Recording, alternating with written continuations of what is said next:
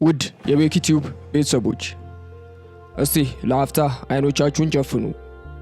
በዙሪያችሁ ያለው ሁሉ ውሃ ነው። ሰማዩ ውሃ፣ መሬቱ ውሃ። ምንም አይነት መሬት አይታይም። ምግብ የለም፣ የሚጠጣ ንጹህ ውሃ የለም። ፀሐዩ ያቃጥላል፣ ሌሊቱ ደግሞ በብርድ ይጨንቃል። ይህ ቅዠት አይደለም። ይህ ለአንድ ሰው 438 ቀናት የዘለቀ የዕለት ተዕለት ህይወቱ ነበር። ከሞት ጋር የተደረገ ከአንድ ዓመት በላይ የፈጀ ትግል። ሰው መብላት ነበረበት ወይስ ተአምር ተፈጠረ? ዛሬ ይዘንላችሁ የመጣነው የሆዜ ሳልቫዶር አልቫሬንጋን አስደናቂና ልብ አንጠልጣይ የህይወት ታሪክ ነው።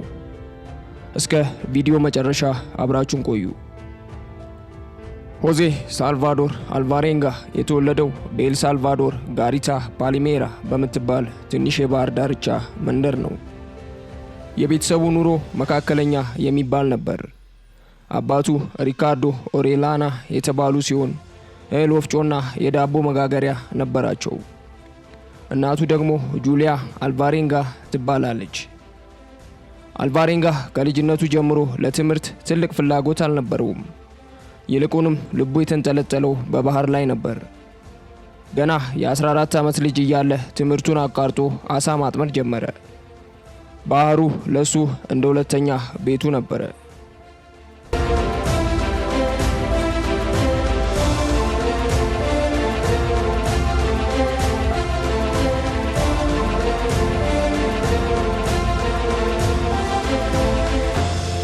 በኤል ሳልቫዶር የነበረው የእርስ በርስ ጦርነትና አለመረጋጋት እንዲሁም የተሻለ ገንዘብ የማግኘት ፍላጎት አልቫሬንጋን ሀገሩን ለቆ እንዲወጣ አስገደደው። እንደ አውሮፓውያን አቆጣጠር በ2002 አካባቢ የትውልድ ሀገሩንና ቤተሰቦቹን ጥሎ ወደ ሜክሲኮ ተሰደደ። ወደ ሜክሲኮ ሲሄድ ህጋዊ ሰነድ አልነበረውም። ለዓመታት በሜክሲኮ የኖረውም ያለ ቪዛ ወይም መታወቂያ ነበር። በሜክሲኮ ቺያሲፓስ ግዛት ውስጥ ኮስታ አዙል በምትባል የአሳ አጥማጆች መንደር መኖር ጀመረ። አልቫሬንጋ ኤል ሳልቫዶርን ጥሎ ሲሄድ ፋጢማ የምትባል አንዲት ሴት ልጅ ነበረችው። ሲለያት ገና የ1 ዓመት ህፃን ነበረች። አንዳንድ መረጃዎች ትንሽ ከፍ ያለች እንደነበረች ይጠቅሳሉ። ለዓመታት ከሷ ጋር አልተገናኘም ነበር። በዚያ ሰፊ ውቅያኖስ ብቸኝነት ውስጥ አልቫሬንጋን በህይወት እንዲቆይ ያደረገው ትልቁ ነገር ተመልሼ ልጄ ማየት አለብኝ የሚለው ቁጭት ነበር። ራሱን ለማጥፋት ሲያስብ የልጁ ምስል ይመጣበት ነበር። በሜክሲኮ የነበሩ ጓደኞቹ ላቻንቻ የሚል ቅጽል ስም አውጥተውለት ነበር። ትርጉሙም አሳማው ማለት ነው። ይህን ያሉት ሰውየው ጫንቃው ሰፊ፣ ወፍራምና ጠንካራ ስለነበረ ነው። ይህ ሰውነቱ ነበር ረሃቡንና በረሃውን እንዲቋቋም ያደረገው። አልቫሬንጋ ዝም ብሎ አሳ አጥማጅ አልነበረም፣ የሻርክ አዳኝ ነበር። ሻርክን ማደን ደግሞ ትልቅ ድፍረትና ጉልበት ይጠይቃል።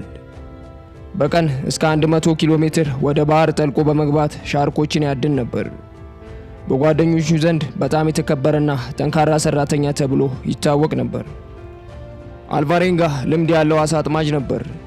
የዚያን ቀን ግን የአየር ሁኔታ ማስጠንቀቂያ ቢኖርም ለገና በዓል ገንዘብ ስለሚያስፈልገው ወደ ባህር ለመውጣት ወሰነ።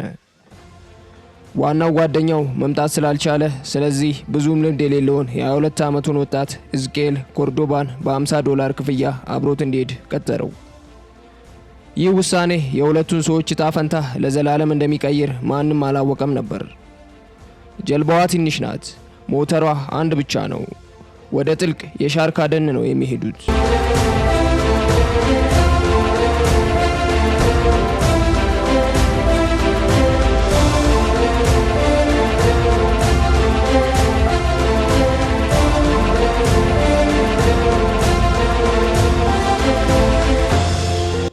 አሳውን አጥምደው ሲጨርሱ ያልተጠበቀ ኃይለኛ ማዕበል ስትሮም መጣ። አልቫሬንጋ ልምድ ስላለው ጀልባዋን ለማዳን ሲል የያዙትን 500 ኪሎ ግራም የሚመዝን አሳ ወደ ባህር ወረወረው። ወደ ባህር ዳርቻው ለመጠጋት ሲሞክሩ የጀልባው ሞተር ፈነዳ። ከዚያም ሬዲዮ ባትሪ ጨረሰ። የመጨረሻው መልእክታቸው እርዳን፣ ሞተሩ ጠፍቷል የሚል ነበር። ከዚያ ቅጽበት ጀምሮ በምድር ላይ ካለው ስልጣኔ ጋር ያላቸው ግንኙነት ተቋረጠ። ጀልባዋ በንፋስ ተገፍታ ወደ ሰፊው የፓስፊክ ውቅያኖስ መጓዝ ጀመረች። ሁለቱ ሰዎች በረሃብና በጥም መሰቃየት ጀመሩ። የዝናብ ውሃ ይጠጣሉ፣ አንዳንዴ የኤሊ ደም ይጠጣሉ። ጥሬ ዓሳና ወፎችን በእጃቸው እየያዙ ይበላሉ።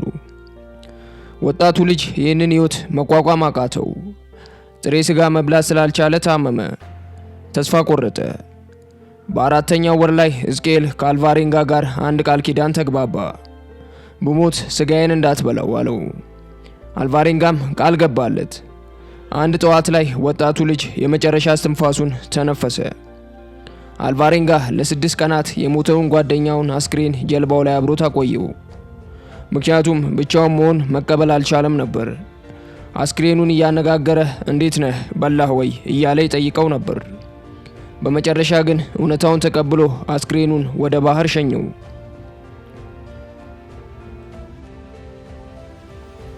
አሁን አልቫሬንጋ ብቻውን ነው። በውቅያኖስ መሃል ቀኑ ይረዝማል፣ ሌሊቱ ያስፈራል። ፀሐይ እንዳያቃጥለው ከጀልባው ስር ይደበቃል።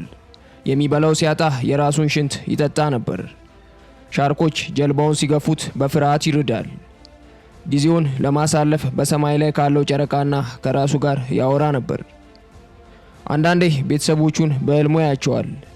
ምግብ ሲበሉ፣ ሲስቁ ይመለከት ነበር። ሲነቃ ግን ባዶ ውቅያኖስ ነው። ራሱን ላለማጥፋት ትልቅ ተጋድሎ አደረገ።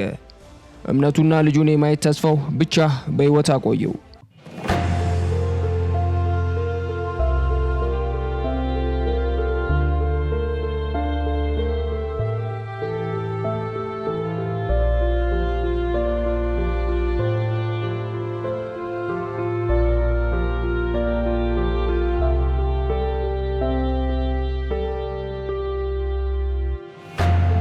ቀኑ ጥር 30 2014 እንደ አውሮፓውያን አቆጣጠር። ከ438 ቀናት በኋላ አልቫሬንጋ ርቀት ላይ የኮኮናት ዛፎችን አየ። ቅዠት መስሎት ነበር፣ ነገር ግን እውነት ነበር። ጀልባው ወደ ደሴቱ ተጠጋች። እሱ ግን መዋኘት አቅቶት ነበር። በጉልበቱ እየዳሃ ወደ አሸዋው ወጣ። ቦታው ማርሻል አይላንድ ከሜክሲኮ ወደ 10000 ኪሎ ሜትር ርቆ ተገኘ። የደሴቲቱ ነዋሪዎች ሲያዩት ደነገጡ።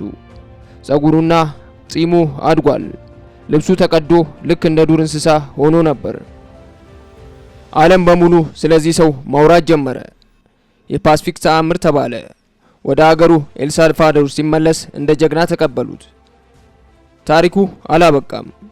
የሞተው ልጅ የሕዝቅኤል ቤተሰቦች አልቫሬንጋን ከሰሱት። ልጃችንን በልተዋል ብለው ክስ መሰረቱበት። አልቫሬንጋን በውሸት መርማሪ ማሽን ተፈትኖ ንጹህ መሆኑ ተረጋገጠ። በኋላም 438 ዴይስ የሚል መጽሐፍ ጻፈ። የሆዜ ሳልቫዶር አልቫሬንጋ ታሪክ የሰው ልጅ የመኖር ፍላጎት ምን ያህል ጠንካራ እንደሆነ ያስተምረናል። በዚያ ጨለማ ውቅያኖስ ውስጥ ተስፋ በሌለበት ሰዓት ተስፋ መፍጠር ችሏል። እኛስ ከዚህ ምን እንማራለን? ዛሬ በህይወታችን ውስጥ የሚያጋጥሙን ችግሮች ከ438 ቀናት የብቸኝነትና የረሃብ ስቃይ ይበልጣሉ? ውድ ቤተሰቦቻችን ይህንን ታሪክ ከወደዳችሁት ላይክ እና ሼር ማድረግ አትርሱ። በሚቀጥለው ጊዜ በሌላ አስደናቂ ታሪክ እስከምንገናኝ መልካም ጊዜ